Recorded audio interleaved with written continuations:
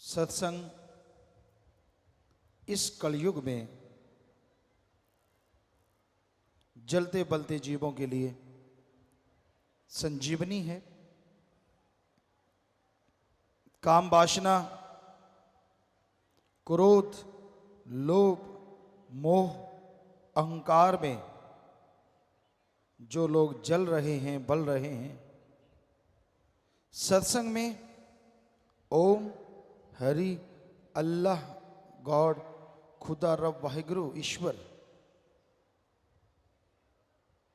का वो नाम मिलता है जिसका जाप करने से जन्मों जन्मों के पाप कर्म कट जाया करते हैं।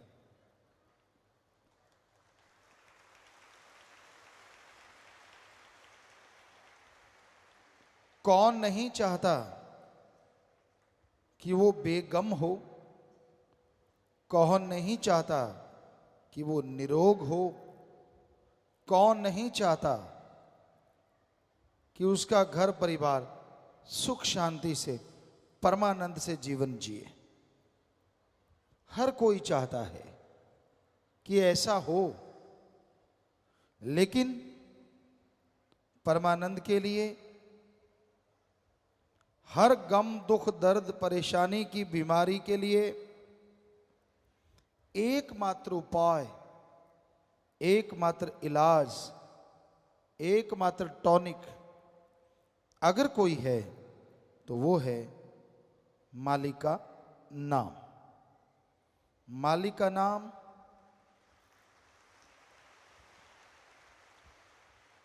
अनमोल है, पर वो बिना दाम के मिलता है। तुलसी जी कहते, ईश्वर नाम अमोल है, बिन दाम बिकाए। ईश्वर नाम अमोल है, बिन दाम बिकाए। तुलसी ये आचर्ज है, ग्राहक कम ही आए।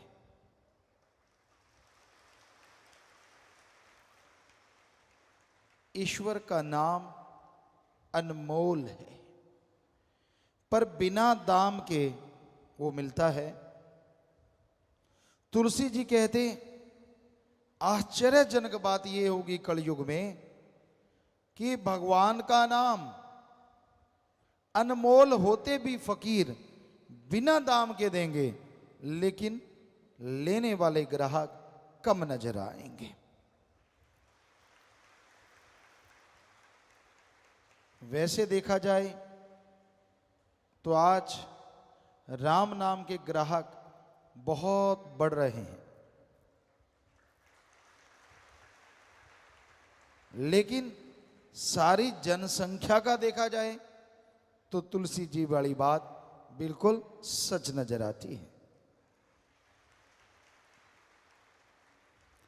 हजारों में, लाखों में, महीने में लोग मालिक के नाम से जुड़ते हैं।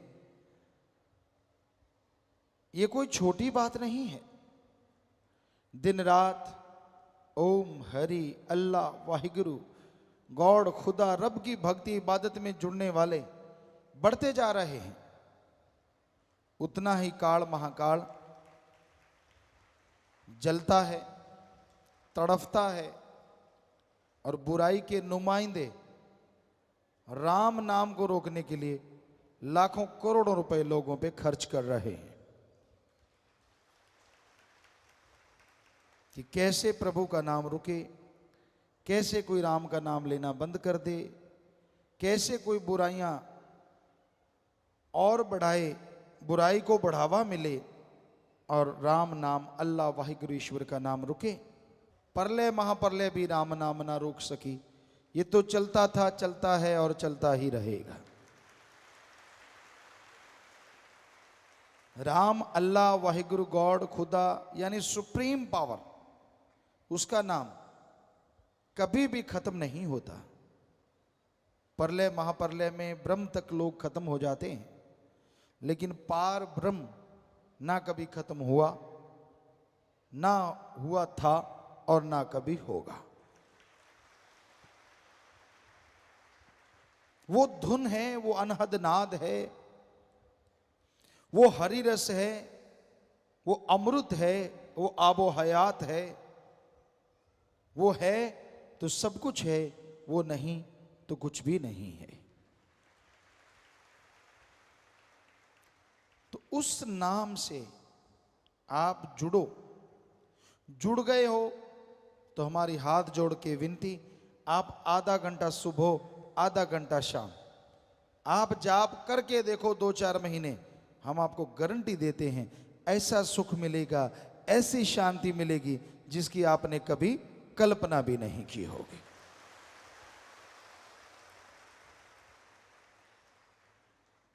अब आप अगर जाप करते ही नहीं तो क्या किया जाए? बेपरवाह जी फरमाया करते, दिल करता है कि सब लोग जाप करें पर कोई करता नहीं, और ऐसा कुछ है नहीं जो घोल के पिला दें। राम नाम तो जपना पड़ेगा। जादू टोना मंत्र सब रिद्धि सिद्धि में अटक के रह जाते हैं, अटका देते हैं। मालिक का नाम सुखों की खान है, और उसका जाप करते हैं, करते हुए जो ओढ़ निभा जाते हैं, दोनों जहां में उनकी जय जयकार होती है और उनका नाम अमर हो जाता है।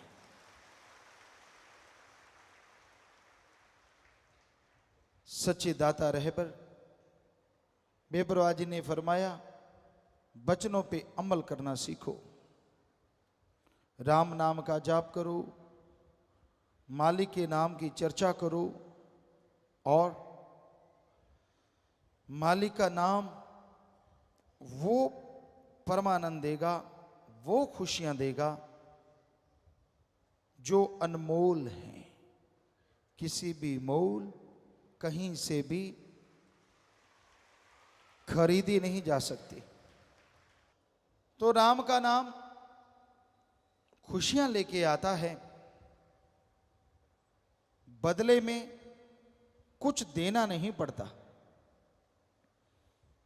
ना पैसा देना पड़े, ना घर परिवार त्यागना पड़े। आप घर परिवार में रहते हुए मालिक का नाम ले सकते हैं और उसकी कृपा दृष्टि के काबिल बन सकते हैं।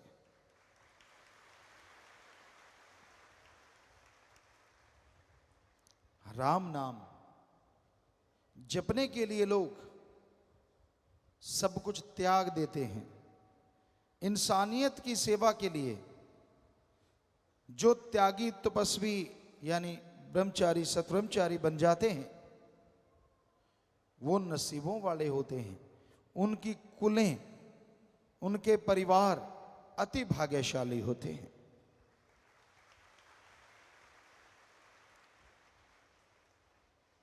भीष्म पितामह हिस्ट्री में, इतिहास में बड़े योद्धा, शूरवीर, बहादुर हुए, और उनका नाम भीष्म क्यों पड़ा? क्योंकि उन्होंने अपने बाप के लिए अपना जीवन कुर्बान कर दिया। ये कसम खाई कि मैं जिंदगी भर शादी नहीं करवाऊंगा, ब्रह्मचर्य का पालन करूंगा, ताकि उसका बाप शादी करवा सके और उस शादी से जो बच्चा हो वो राज सिंहासन संभाल सके। उन्होंने ये कसम खाई, तो तब से उनका नाम पड़ा भीष्म पितामह। भीष्म भयंकर, हद से ज्यादा भयंकर प्रतिज्ञा उन्होंने तो अपने बाप के लिए की, और आज इस जलते बलते भट्ट में जो भी भाई बहन ये प्रतिज्ञा लेते हैं कि ताउम्र मालिक की याद में लगाएंगे, इंसानियत की सेवा में लगाएंगे, वो आप ही बताओ, एक अपने बाप के लिए प्रतिज्ञा करता है और एक भगवान की औलाद के लिए प्रतिज्ञा करता है, जिसमें उसका खुद का स्वार्थ नहीं होता, कौन महान है? बेपरवाह जी ने फरमाया, सच्चे सौदे की फकीरी दा मुकाम बड़ा ऊंचा, यहां मिट्टी होके रहना पड़ता, शान का क्या काम। बस इतनी सी बात है, दीनता, नम्रता धारण करो, वचनों पे रह के सेवा करो। अरे जीवन में वो मकाम हासिल करोगे, वो खुशियां मिलेंगी जिसकी आपने कभी कल्पना नहीं की होगी। तो हे सेवादारों, हे इंसानियत की राह पे चलने वालों, कदम कदम पे काल की बिछी हुई डोरियां, बिछे हुए जाल आपको रोकने की कोशिश करेंगे, लेकिन आप राम नाम के सहारे, ओम हरि सदगुरु मौला के सहारे, सेवा सुमरण के सहारे आगे बढ़ते जाओ तो ये डोरियां अपने आप ही जल के भस्म हो जाएंगी और आप मालिक की कृपा दृष्टि के काबिल बनते चले जाएंगे। ये कौन से जाल हैं जो काल ने बिछा रखे हैं? काम वासना है जो इंसान को बुरी तरह भ्रमित कर देता है, बर्बाद कर देता है, कहीं का नहीं छोड़ता। फिर क्रोध है, क्रोध में आके लोग अपना बहुत कुछ बर्बाद कर लेते हैं। भाई भाई को खत्म कर देता है, बाप बेटे में झगड़ा है, बहुत कुछ ऐसा होता है जिसकी कल्पना भी नहीं होती, तो फिर भी आप बर्बाद होते हैं। फिर मोह ममता, अपने परिवार, अपने बच्चे, अपनी माँ बहन बेटी, सब कुछ उसके लिए इंसान पागल हो जाता है, कुर्बान कर देता है। चाहे वो कितना भी गलत कर रहे हों, लोग बताएं कि भाई आपका बेटा आपकी बेटी गलत, नहीं मानता तो वो एक दिन उन्हें विष रूप बना देता है और खुद भी सारा परिवार कलंकित हो जाता है। फिर है लोभ लालच। लोभ है सर्व पाप का बाप। लोभ लालच यहां आया नहीं कि बाकी के पाप जुड़ते चले जाते हैं। इंसान भूल जाता है सब कुछ, अपनों का बुरा करता है। हम आपको बात सुनाया करते हैं, आज फिर ख्याल में आई। एक चोर था, बड़ा शातिर चोर, बड़ा ही शातिर, जिसे कभी कोई पकड़ नहीं पाया। इतनी सफाई से चोरी करता था कि कुछ पता ही नहीं चलता था, कोई सबूत नहीं। एक दिन बहुत धनाढ़ आदमी के घर सुबह हुई, नौकर चाकरों ने शोर मचा दिया कि दीवार टूटी हुई है, चोर ने चोरी की है, सेंध लगाई है। मालिक जागे, दौड़ के देखा, सारे अलमीरा वगैरह खुली पड़ी थी, संदूक खुले पड़े थे, एक बड़ी सी पोटली पड़ी थी। जब उसके पास गए, नीचे एक बड़ी सी पर्ची पड़ी थी, पोटली साइड में करी, उस पर्ची पे लिखा हुआ था, मैं वही शातिर चोर हूं जो किसी के पकड़ में नहीं आया। रात में आपके यहां चोरी करने आया, मैंने सारा कुछ इस पोटली में बांध लिया, हीरे जवाहरात सोना सब कुछ मोती इसमें हैं। मुझे भूख लगी, यहां आपके मर्तबान है, उसमें वाइट कलर का कुछ था। मैंने सोचा ये बूरा चीनी है, मैंने उसे खोला, हथेली पे रखा और यूं फांक लिया। ओ, ये बूरा चीनी नहीं, ये तो नमक है। मैं बहुत बुरा हूं, चोर ने बोला। चोर कहने लगा, मैं बुरा हूं, अवगुण है मेरे में, लेकिन मैं नमक हरामी नहीं कर सकता। मैंने आपका नमक खाया है, इसलिए ये सारा सामान छोड़ के जा रहा हूं। चोरों के भी कायदे, चोरों के भी इंसानियत होती है। आज घोर कलयुग है, लोग एक चुटकी नहीं, ट्रकों के ट्रक, ट्रालियों की ट्राली नमक खा जाते हैं। और माया रानी जब सूंघती है, माया रानी सूंघा दी जाती है तो पल में अनाप शनाप शुरू हो जाता है। जो राम नाम के गुण गाते हैं वो राम नाम को उल्टा बताना शुरू कर देते हैं। अब खुद ही देखिए इंसान कितना गिर चुका है लोभ लालच में, हद से ज्यादा। तो ये है लोभ लालच, और वो दुखी होते हैं, कुलें तक डूब जाती हैं, जीते जी परेशान रहते हैं, मरणोपरांत नरक में जाते हैं।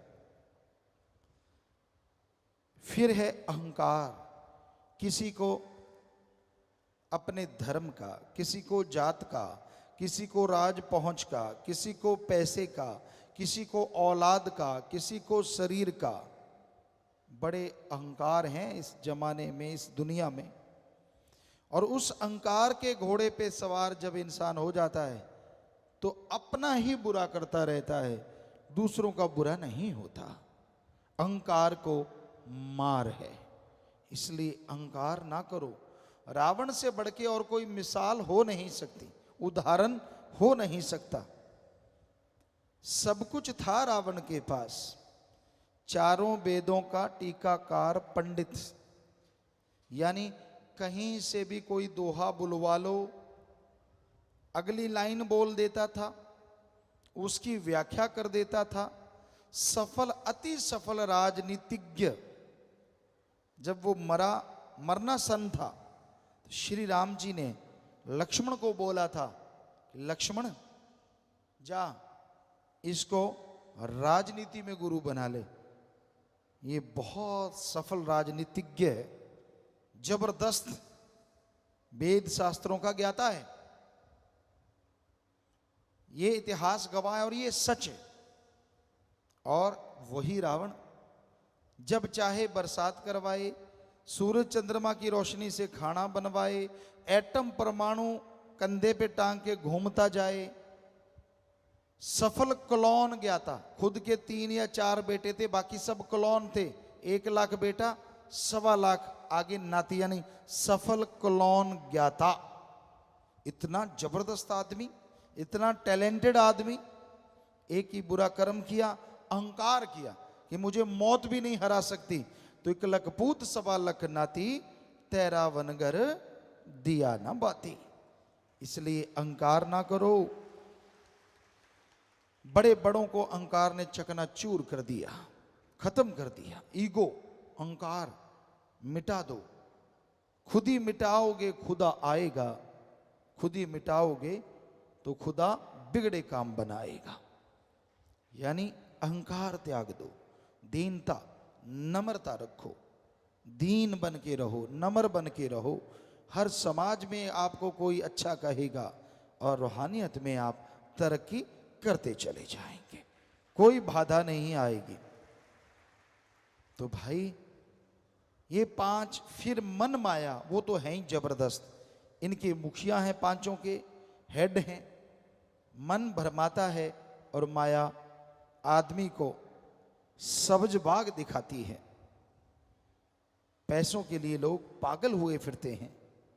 अरे हमने देखा ऐसा राजस्थान में, गरीब के इलाके में, गरीबी के इलाके में, आपने भी यूपी साइड में गरीबी इलाके में देखा होगा। बहुत पहले की बात है, 5-5, 10-10 रुपए के लिए लोग, भाई बहन अपनी इज्जत बेचते हमने देखे हैं, सिर्फ 5-10 रुपए के लिए। आज का माने तो 100-500 के लिए। तो अब आदमी को अगर ज्यादा पैसा मिलता है और इज्जत भी लुटानी नहीं पड़ती, तो वो कुछ भी कह सकता है, कुछ भी बोल सकता है। ऐसा है ये घोर कलयुग। लोग पैसा उठाए घूमते हैं कि तू भाई ये कर दे, तू वो कर दे, तू फला कर दे। लोग गुमराह हो जाते हैं, उनके हाथों की कठपुतली बन जाते हैं। आज समाज में आम देखने को मिलता है। सब कायदे कानून भूल के उसी में लग जाते हैं। तो भाई इस कलयुग में इन 7 ने भयंकर तूफान खड़े कर रखे हैं। किसने? काम वासना, क्रोध, लोभ, मोह, अहंकार, मन माया ने। सातों के चक्रव्यूह में लोग बुरी तरह से टाइट होते जा रहे हैं। बचेंगे वो और बचे हैं वो जिनके माँ बाप का अच्छा साया है, अपने गुरु पीर फकीर के वचनों पे जिन्होंने अमल कमाया है, कमाएंगे वो बच जाएंगे। ये सातों को वो ही धूल चखाएंगे, वरना ये सात किसी के काबू नहीं आएंगे। तो इसलिए राम नाम से जुड़े रहो, सेवा सिमरण करते रहो। आप फिक्र ना करो आपके पास पैसा कम है, जमीन जायदाद कम है, क्या आप बताओ उस कम में मालिक ने कितने काट दिए आपके गम है, कोई भरोसा नहीं। हो सकता है बहुत जमीन होती, बहुत जायदाद होती और कोई ऐसी बीमारी लगती जो लाखों रुपए होते, वो तो उड़ते ही उड़ते जमीन भी बिक जाती और शरीर भी बर्बाद हो जाता। मालिक को शुक्र करो, उसका शुक्राना करो। बेपरवाजी फरमाते गरीब है तो क्या हुआ, तंदुरुस्ती नियामत है और मालिक तेरा लड़ पकड़ा है, इससे बड़ी दौलत दुनिया में दूसरी नहीं हो सकती। एक बार हम सत्संग करते करते, दिन में 3 सत्संगें होती थी, 7 से 9:30 और 12 से 2:30 बजे और फिर 3:30 से 5:30, ऐसा 3 सत्संग डेली होता था। तो हम सत्संग करते करते करते करते राजस्थान के एक एरिया में गए, पहाड़गंज उस एरिया का नाम था। होता क्या था, पहली सत्संग करी सेवादारों की, 3 टीमें होती थी। पहली टीम सत्संग करवाती, 3rd जगह पे पहुंच जाती थी, 3री जगह, और एक दूसरी वाली होती थी। तो दूसरी वाली सत्संग करवाने के बाद टेंट वगैरह लगवाने के लिए तीसरी टीम के साथ जंगलों में चली जाती थी। यहाँ सत्संग होना है, अगले दिन का आसपास के जंगलात खाली जगह, वहाँ टेंट लगाते थे और जंगल में हम सब लोग रुका करते थे टेंटों में। तो उस पहाड़गंज एरिया में सत्संग होना था, 3 सत्संगें हुई। हम रात को पहुंचे तो हमें बताया कि पिताजी यहाँ पास में एक गरीब परिवार रहता है, 2 मियाँ बीबी बुजुर्ग, काफी उम्र थी उनकी, बुजुर्ग थे। तो कहते उनका मकान एक सही है, एक की आधी छत गिरी हुई है, गरीब हैं, पैसा नहीं है। तो हमने कहा फिर, कहते हमने उनको बोला कि आटा ले लो। वो कहते गुरुजी आएंगे, यहाँ रुकेंगे, हमारा कुएं का पानी पियो, कोई हर्ज नहीं, पर क्या हमें कुछ देना पड़ेगा? सेवादार कहते नहीं, आपको कुछ देना नहीं पड़ेगा, बल्कि हम आपको आटा देते हैं, आपकी छत बना देते हैं, घर बना देते हैं। वो हाथ जोड़ के खड़े हो गए, दोनों बुजुर्ग बागड़ी परिवार। कहने लगे भाई हो सके तो माने थारे गुरुजी से मिला दो, कि अगर हो सकता है तो आप हमें आपके गुरुजी से मिला सकते हो। वो कहते हाँ। तो हमें कहने लगे गुरुजी उनको मिलाएं। हमने कहा जरूर मिलाओ। बुलाया, दोनों बेचारे बुजुर्ग, लगभग 70-80 साल के बीच की उम्र, मियाँ बीबी। हमने कहा बोलो बेटा, हम आपकी क्या सेवा कर सकते हैं? आंखों में आंसू आ गए। कहते गुरुजी पहली बात तो ये, आज तक कोई भी संत फकीर आया हमसे भी पैसा लेके गया, हालांकि हमारा आधा घर गिरा हुआ है, इतनी फसल नहीं होती, लेकिन पहले आप फकीर हैं जिसके भक्त ये कहते हैं हम आपका घर बना दें, आपको आटा दे दें, तो हमने ये नहीं लेना। हमने कहा फिर और क्या चाहिए? ध्यान से सुनने वाली बात है। हमने कहा फिर आपको क्या चाहिए? वो दोनों के हाथ कांप रहे थे, ऐसे ऐसे बुजुर्ग थे। कहते गुरुजी हमें ज्यों का त्यों वो सीन याद है, रात थी, लाइटें जगी हुई थी और थोड़ा थोड़ा अंधेरा था। कहने लगे गुरुजी अगर हमें कुछ देना है तो हमें राम से मिला दो, भगवान से मिला दो, हमें भगवान चाहिए, धन दौलत जमीन जायदाद नहीं चाहिए। वाह, ये है इंसानियत, ये है मानवता। गरीबी हुई तो क्या हुआ, भगवान ने हमें उनके घर जा छोड़ा। जितना मर्जी जोर लगाते कहीं जगह नहीं मिली, उनके घर के पास ही जगह मिली, जंगलों में, बस आसपास जंगल था, गांव नहीं था, उनका एक घर था, वहीं पानी मिला, कहीं पानी ना मिला उस रात। तो ये है उनकी सच्ची तड़फ। अगले दिन उन्होंने नाम लिया, गुरु मंत्र का जाप किया और नाचने लगे कि हमें सच्चा मोक्ष मिल गया है, सच्ची भक्ति का तरीका मिल गया है। ये है इंसानियत, आज भी जिंदा है। आज भी माँ बाप के अच्छे नेक बच्चे हैं जो दृढ़ता से, हिम्मत से सतगुरु के उन वचनों पे अमल करते हैं कि सारी दुनिया एक पास से, मेरा सतगुरु प्यारा एक पास। दुनिया को, दौलत को, शोहरत को ठुकरा देते हैं और अपने भगवान अल्लाह सतगुरु राम से हमेशा नाता जोड़े रखते हैं। तो धन्य ऐसे माँ बाप, धन्य ऐसे बच्चे, धन्य ऐसी कुलें जिनमें ऐसी औलादें, सेवादार जन्म लेते हैं। तो भाई यही आज के दौर का, आज के समय का बयान है, हकीकत है कि आज के दौर में क्या हो रहा है, कितना घोर कलयुग है।